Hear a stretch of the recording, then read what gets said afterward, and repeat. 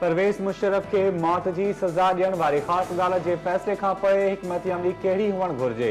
वज़ीर आज़म इमरान ख़ान की सदारत हेठि पीटीआई की कोर कमेटी जो मुशावरती इजलास जारी। हुकूमत की कानूनी टीम पारां इजलास के ब्रीफिंग। आर्मी चीफ के मुलाज़मत वारे मुद्दे बाबत सुप्रीम कोर्ट के तफ़सीली फ़ैसिले। चीफ इलेक्शन कमिश्नर तोड़े इलेक्शन कमीशन के ॿिनि मेंबरनि की मुक़ररी वारे मामले ते बि गौर वीचार।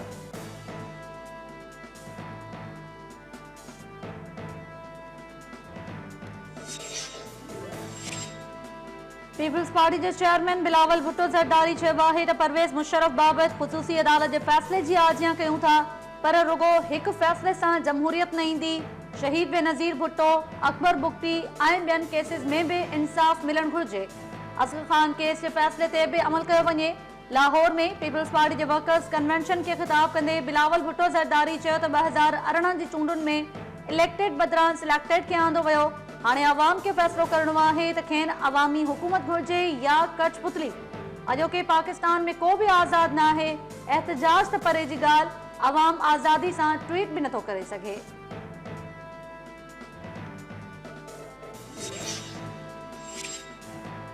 संगीन गद्दारी केस जो तफ़सीली फ़ैसिलो सुभाणे 12 वॻे जारी थियण जा इम्कान।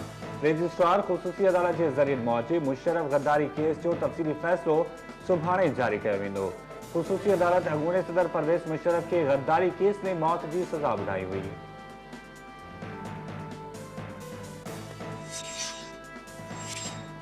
Supreme court Pervez Musharraf case बाबत चीफ जस्टिस आसिफ सईद खोसा की ॻाल्हि ॿोल की तरदीद करे छॾी।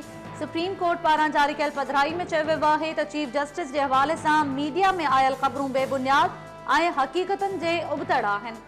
Chief justice Pervez Musharraf case में खास अदालत के अदालती हुक्मन का सवाइ को भी ऑर्डर न ॾिनो। तासुर ॾिनो वियो त chief justice Pervez Musharraf case में ज़ाती दिलचस्पी रखे थो। अहिड़े मौक़े ते अहिड़े क़िस्म जूं ख़बरूं ॼाणी वाणी पखेड़ियूं वयूं। वज़ाहत ज़रूरी आहे त जनरल रिटायर्ड परवेज़ मुशर्रफ बाबत सुप्रीम कोर्ट मुख़्तलिफ़ फ़ैसिला ॾिना आहिनि।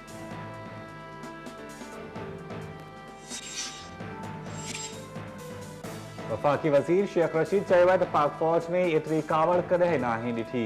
हालतूं ख़राब थींदे ॾिसी रहियो आहियां। रावलपिंडी में मीडिया सां ॻाल्हाईंदे शेख रशीद चयो त जन मुल्क खे लुटियो, उन्हनि खां को पुछण वारो नाहे। जंहिं शख़्स सियाचिन ऐं कारगिल में फतह जा झंडा फड़काया, उनखे गद्दार कोठियो पियो वञे।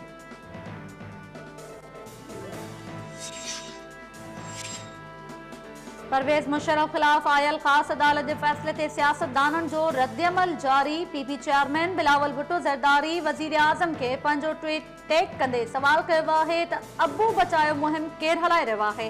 वफाकी वज़ीर फवाद चौधरी जो चवणु आहे त अदलिया ऐं फ़ौज मुल्क जा अहम इदारा आहिनि।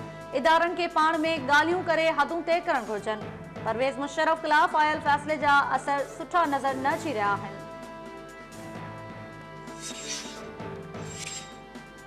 मरियम नवाज़ जो नालो ECL मां कढिजे या न, काबीना की ज़ेली कमेटी फैसलो महफूज़ करे वरितो। कानून वारे वज़ीर फरोग नसीम की सदारत हेठि काबीना की ज़ेली कमेटी के इजलास में फैसलो महफूज़ किया वियो। ज़रियनि मूजिब नैब की टीम इजलास में मरियम नवाज़ जो नालो ECL मां कढण की मुखालिफ़त कई। इजलास में एहतसाब बाबत वज़ीर आज़म के सलाहकार शहजाद अकबर, मरियम नवाज़ तरफा वकील अता तारर ऐं नैब के 3 नुमाइंदनि भी शिरकत कई।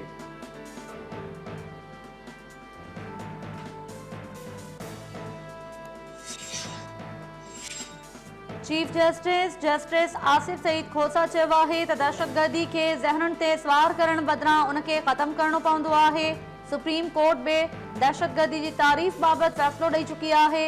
इस्लामाबाद में तकरीब के खिताब कंदे चीफ जस्टिस चयो त जांच जी बुनियाद ते जज केस के मुख़्तलिफ़ रुखनि जो जाइज़ो वठी सघे थो। जजिस ऐं वकीलनि जी तरबियत ते ध्यानु ॾेई रहिया आहियूं।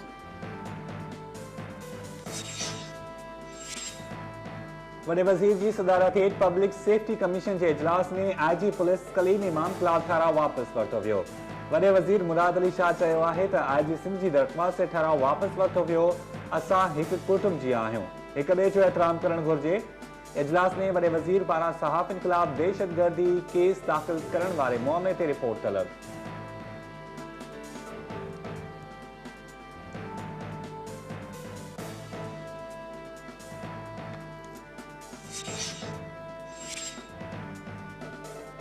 वडेरनि जी ओताकनि खां पोइ पुलिस जा थाणा बे जरगन जो मर्कज़। पुलिस अमलदार अमन मान जो कम छॾे जरगाई वडेरनि जो किरदार अदा करण लगा। सुल्तानकोट भरिसां SHO हुमायूं शेर मोहम्मद जाफरी की सरपंच हेठि थाणे अंदर क़त्ल जो जिरगो। पुर दौरान मुज़ाहिमत ते फायरिंग में क़त्ल थियल घर धणी जे खून जी बहा 4.5 लाख रुपया मुक़रर। SHO शेर मोहम्मद जाफरी ऐं दुर मोहम्मद बखरानी जे सरपंच में थियल जिरगे दौरान गुलजार पंवर जो खून साबित थियण ते गुल हसन बखरानी धुर मथां ॾंढ विधो वियो। कुछ ॾींहं अॻु तंगवाणी भरिसां बि पुलिस जमादार अब्दुल रज़ाक चोलियाणी कारे तकरार जो जिरगो करे क़त्ल थियल औरत जी खून जी बहा 7 लाख रुपया मुक़रर कई हुई। इस्लामकोट के मुख़्तलिफ़ ॻोठनि में फसल ते माकड़ जो हमलो। थरकोल जे ॻोठ ठारियो हालीपोथा समेत केतिरनि ई ॻोठनि में माकड़ जे कटक चौपाई माल जो चारो गाह तोड़े वण खाइण शुरू करे छॾिया। रहवासियुनि जो चवणु आहे त गुज़िरियल 2 ॾींहनि खां माकड़ परेशान करे छॾियो आहे, पर इंतज़ामिया ख़ामोश तमाशाई बणियल आहे।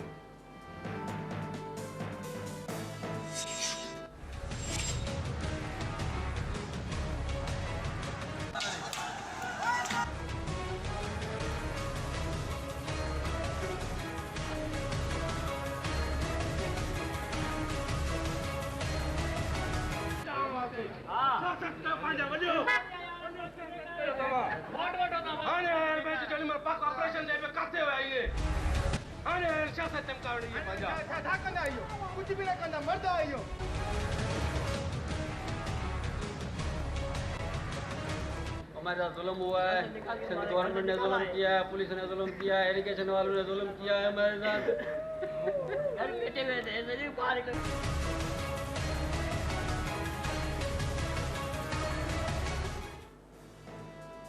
सखर में ऑपरेशन दौरान गुम थियल 2 ॼणनि जा वाहमा लाशत। वारसन ऐं इलाइक़े वासियुनि जो लाशनि सूधो बाईपास ते धरणो। पुलिस सां ॻाल्हियुनि बाद एहतजाज ख़त्म कयो वियो।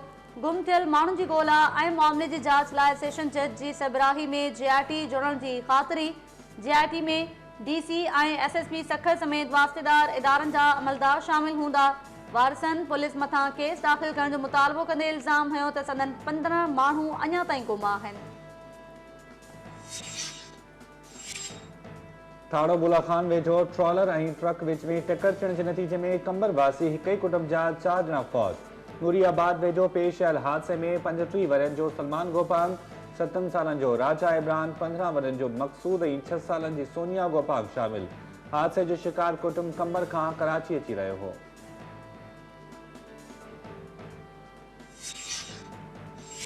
कंधरा में रोलू कुतन जो आज़ार। स्कूल वेंदड़ 6 शागिर्दनि खे ॾाढे ज़ख़्मी करे विधो। कुते ॾाढियल ॿारनि में रहीम बख्श, मोमिन, दिलदार, हसन, रुकैया ऐं यूनिस शामिल। मियां साहब भरिसां बि ॻोठ असलम बिरोही में रोलू कुतन औरत खे चके विधो। तंगवाणी में रोलू कुतन 4 ॼणनि खे ॾाढे ज़ख़्मी कयो। वैक्सीन कराई वई।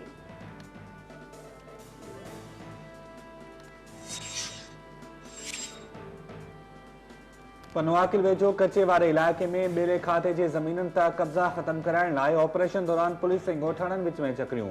गोली लॻण सबबि हिकु ॻोठाणो ज़ख़्मी थी पियो। वारसनि जो चवणु आहे त पुलिस जी गोली लॻण सबबि अली बख्श चाचड़ ज़ख़्मी थियो आहे। ज़िम्मेवारनि ख़िलाफ़ कार्रवाई कई वञे।